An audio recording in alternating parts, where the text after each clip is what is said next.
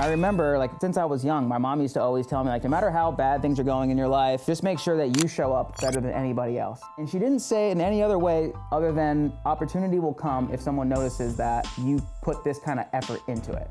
Like, people will always respect that. There was this one guy that you would have never have ever have known that he was very successful, and he was watching me the whole time. And then one day he just was like, what do you think about opening your own gym? And I was like, I think that sounds like a terrible idea. I was like, I'm making pretty good money coaching classes. Like, I'm getting some private clients. Like, I'm pretty happy. Like, there's a whole bunch of gyms in town. I don't think anybody would want to come to mine.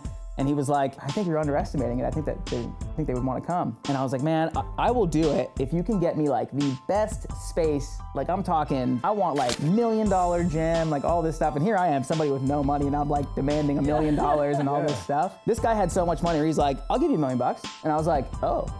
You will. And then he's like, and I have a spot. And I was like, oh, okay. So then I went from like saying I was gonna do this thing to just being very self-conscious of like, oh my God, can I do this? I started questioning myself. And in that moment, I was like, you should never question yourself. Like, you know exactly what you want deep down. Like, as soon as you said it, that's what you wanted. But at the same time, you're just nervous to say yes. And you're nervous to make that commitment.